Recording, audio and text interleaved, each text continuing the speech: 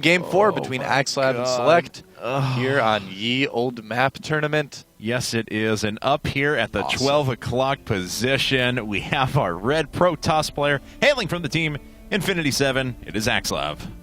And his opponents on the right-hand side of the map, our blue Terran player from Dignitas. It is Select, who has chosen Scrap Station. I have not seen this map for so long. And this was back when, like, you know, all the maps nowadays are mirrored. You know, both sides are exactly the same. But look at Scrap Station. Look at the mini-map.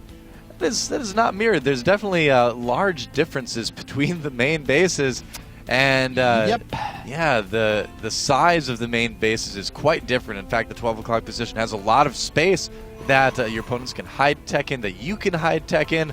This is a very difficult map to actually scan on and see everything your opponent's putting in their main bases. And remember, this was one of the maps where everyone's like, oh, it's a Zerg map, because you can take your natural really easily. You can get a free base. That's right. You get a free base on Scrap Station.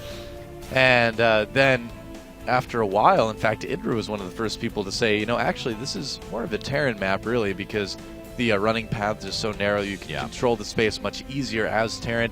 But I remember back in the day, man, I mean, when people were like, Zerg should be punished for trying to take a natural expansion so quickly. They shouldn't get to do that. And this was one of the maps where Zergs were like, hey, guess what? Guess Blizz wants us to, so yeah, we're just going to do that.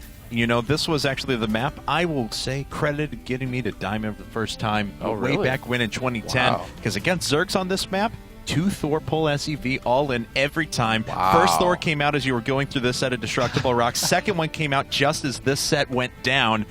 Every Zerg died.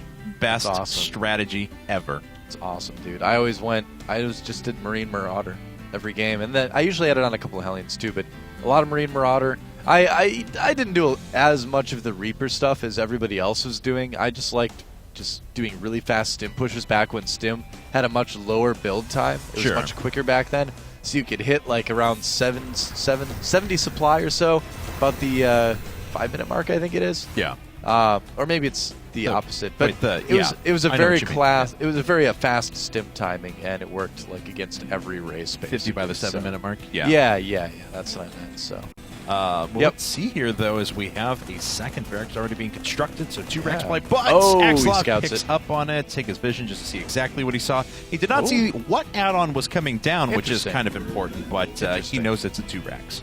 Yeah, and I mean, unless, and the thing is that he should assume that there's an add-on there, because the only other time your opponent with 2 racks without add-ons is usually if they proxy them for some sort of bunker rush. Yeah. Which on a map like this, you're probably not going to see Nexus first or something. So, yeah, I don't think Axlab really has a lot to worry about as far as that going from Select. So he's probably expecting some sort of 2 barracks play. And there's a Reaper coming out, actually, for Select. Yeah. Yes, there is, as Concussive Shell is being researched as well. It's going to give him 1 less Marauder. Of course, a little bit of less firepower when his first little push comes. That Reaper has so many other uses, though. It's okay. Now the question is anyone going to take the gold base down at the bottom of the map? Oh, God. The hidden gold base. The hidden gold base. Talking to Joshi earlier today, and he's like, that was my Zerg strategy. I would just take the gold base as my natural expansion. Very quick expand coming out for Select.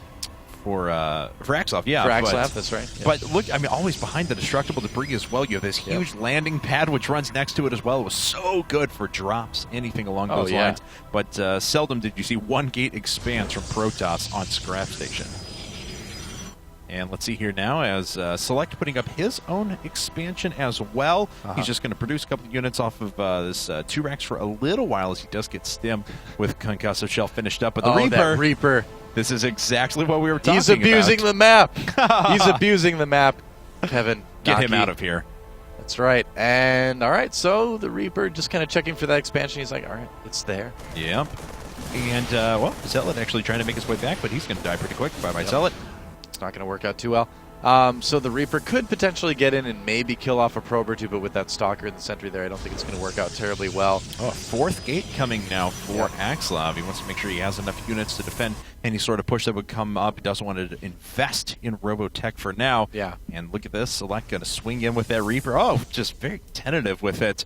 But did this. Yeah, looks like Axlab did see the bio units making their way out with that awesome pylon. Yep, that's a place that everybody always built a pylon. They always put a supply depot. You always put an overlord there if you're Zerg, because you can just totally watch where everybody is kind of walking here. Do we have Select already breaking through those rocks? Yes, we do. He is. Of Okay. course. So these rocks obviously let you get to your opponent's base a lot quicker, but what we've seen time and time again is that if you go through this, you open yourself up to a really, really quick counterattack as well. You need to be absolutely sure that you can do damage with the push going through those destructible rocks in the middle. If you don't, you're in big trouble, just like this Reaper is. Oh!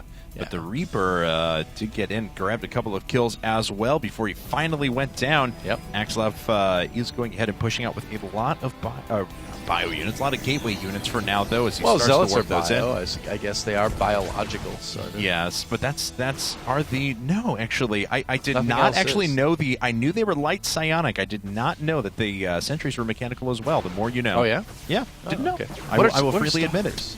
Stalkers are armored and mechanical. Armored mechanical, right? Even though they have organic heads. That's true. Well, they were DTs, kind of, so I it's, guess. I don't know. Are DTs really organic? Maybe they just don't see the DT head part, and so because it's cloaked. Yes. So they are just mechanical. Looks like Axelav wanting to get in there and do some early damage here.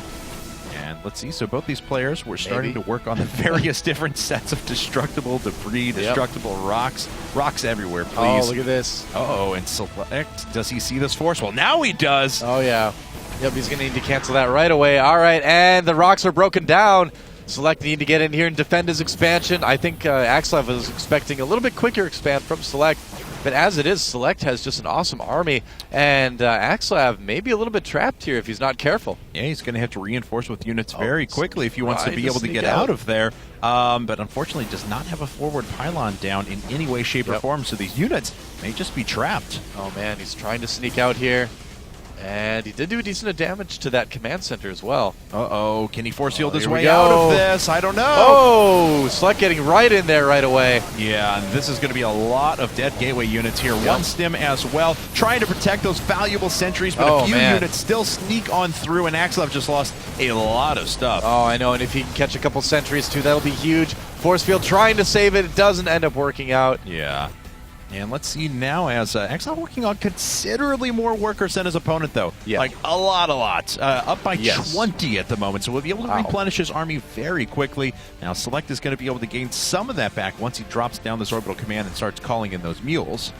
Oh, yeah, Select had to take such a much later expansion just to stay safe. And, I don't know, overall, both of these players still very much in it, but definitely the fight being won by Select just a moment ago. He's actually going to go right through the rocks here, and what does Axelav have at home to defend this? We'll have to see. It's tough, man. I mean, it's such a wide area to try to defend. Force fields are not very good when you're trying to defend this type of attack. All right, well, the second set of destructible rocks is done. Now, this is the point in my TVZs when that second Thor would be joining along with every single one of my SCVs, but, you know. We've got a Zerg player coming up in match 2 here, so true. We'll be able to talk about plenty of that later. And strong bio army coming up. That's a big ramp to force field. Yes, it is. That's another disadvantage of this map, but even with a couple of units, it's not enough. Oh, wow. Wow.